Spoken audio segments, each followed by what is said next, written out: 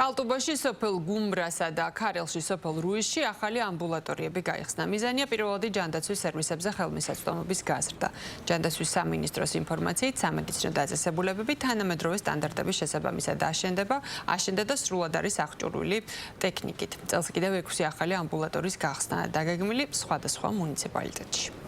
სიახლე არ არის, რომ სამინისტროსთვის განსაკუთრებულ პრიორიტეტს წარმოადგენს მუშაობა პირველადი ჯანდაცვის მიმართულებით და განსაკუთრებულად მნიშვნელოვანია ამ რგოლის განვითარება რეგიონებში. იხსნება ახალი ინფრასტრუქტურა, რომელიც თანამედროვე სტანდარტის ინფრასტრუქტურაა და იმავდროულად შესაძლებელია მაღალი სტანდარტის პირველადი ჯანდაცვის სერვისებით სარგებლობა. წელს დაგეგმილია კიდევ 6 ამბულატორიის გახსნა საქართველოს მასშტაბით. სადაც ასევე ჩვენი მაღალკვალიფიციური სოფლის ექიმების მეშვეობით თანამედროვე შენობებში თანამედროვე აღჭურვილობით შესაძლებლობა გვექნება მოემსახუროთ მაღალი დონის სამედიცინო სერვისები.